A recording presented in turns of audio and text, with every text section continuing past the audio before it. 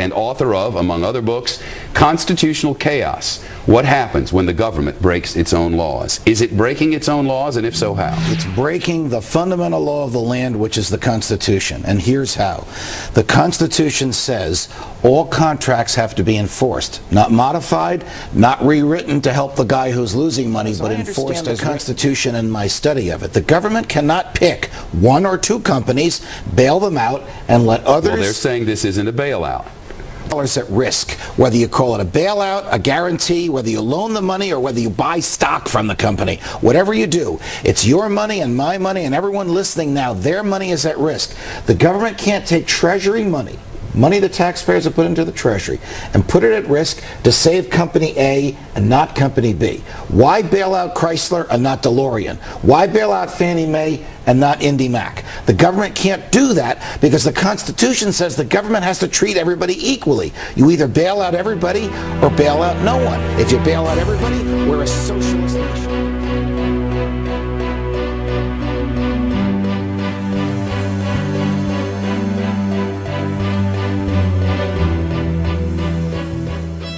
Picked up my newspaper yesterday, I thought I woke up in France. But no, it turned out it was socialism here in the United States of America, and very well, going well. The Treasury Secretary is now asking for a blank check to buy as much Fannie and Freddie debt or equity as he wants. Do you know in the same bill that you'd like to attach this to, there is a tax on Fannie and Freddie from $500 million to $800 million per year for a housing trust fund? Do you know that? You don't. Do you really think, that we can believe exactly what you're saying, Secretary Paulson?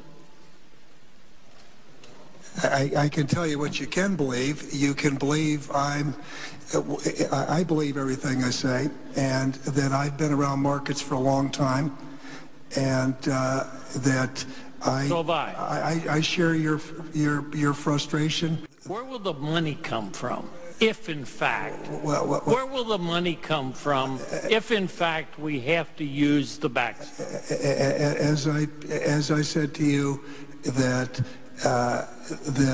it is my very strong belief that the way we can minimize the cost to the taxpayer, the way to minimize that cost is not and the likelihood is to be unspecified and enhance the confidence in the market. So that's my answer. It continues to be my answer.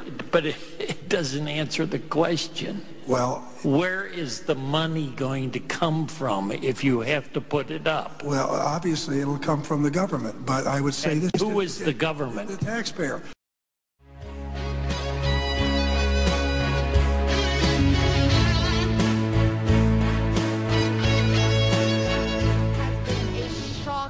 Downfall for Bear Stearns. Over 83 years, the company was profitable through the Depression, through war, even through 9/11. But it just underscores that this credit crisis is a totally different animal. A rescue plan for battered mortgage giants Fannie Mae and Freddie Mac. It reads like something from another time, an old-fashioned run on the bank. Consumers already smacked by high gas prices, now fearing the safety of their life savings at dozens of other troubled banks all across the country. Our capital markets are functioning efficiently and effectively.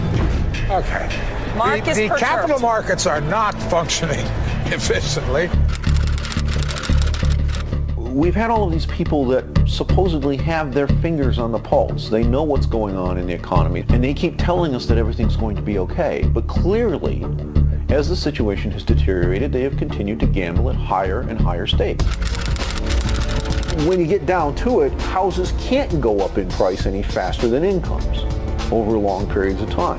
Eventually, nobody can afford to buy a house. Indy Mac is the latest casualty of the foreclosure crisis, which, in fact, it helped create in part. Their business was to offer mortgages to people with no documents. They didn't have to prove they had a job or income. As long as the house continues to go up in value, this works very well for everyone, especially the bank, because the bank makes more on the fees than it does on the interest. They were making so much money. The banks were making money. The banks were selling these loans that were no good. They didn't have to worry about it to the securities companies. They were selling it to investors.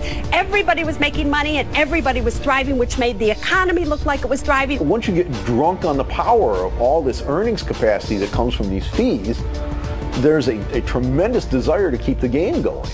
And eventually you run out of people that can actually make the payments, so you start fudging the numbers a little bit. There have been homeowners that have inflated their incomes.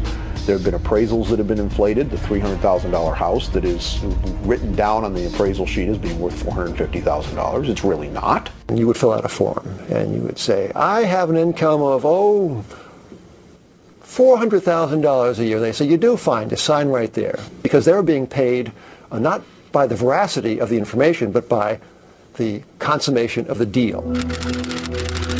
Wall Street and these investment bankers have taken hundreds of millions of dollars out of the system annually. Today, lawmakers grilling two former Wall Street CEOs about why they were paid millions, in some cases hundreds of millions, when their companies lost billions thanks to their subprime exposure.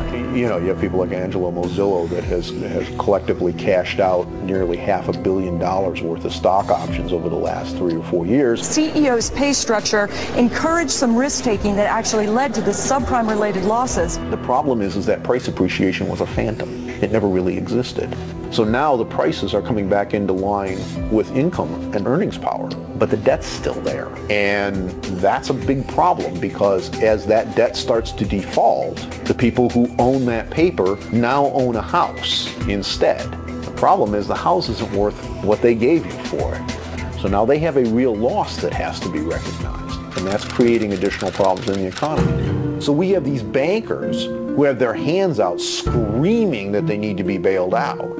They've taken all of this money out of the system and pocketed it, and now that it turns out that they actually ripped people off, they have the gall to come out and ask us as American citizens to take on the bill to make sure that they don't go out of business.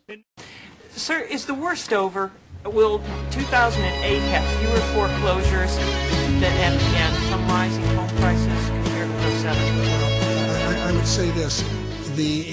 In terms of subprime and the resets, the worst isn't over. The worst is just beginning. You all know that. There's close to 1.8 million, 2 million adjustable rate mortgages where the rate is going to be reset, and the ones that are being reset over the next couple of years are that vintage of mortgages where there was the most lax underwriting procedures. So this is the biggest challenge, and this is why this is so important.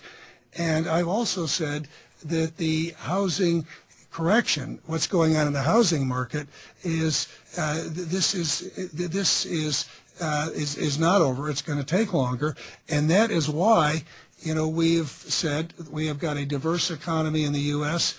It's been growing in the face of this housing correction, which has been going on for some time. Growth is slowed down, and it's slowed down significantly. And we've said we think the economy is going to continue to grow, but the risks are to the downside, and that's why we're working so hard right now at IRS to speed up the process, so that we'll be able to get these stimulus checks out to individuals as early as the beginning of May. And we're going to look to boost and help the economy that way. Thank you all.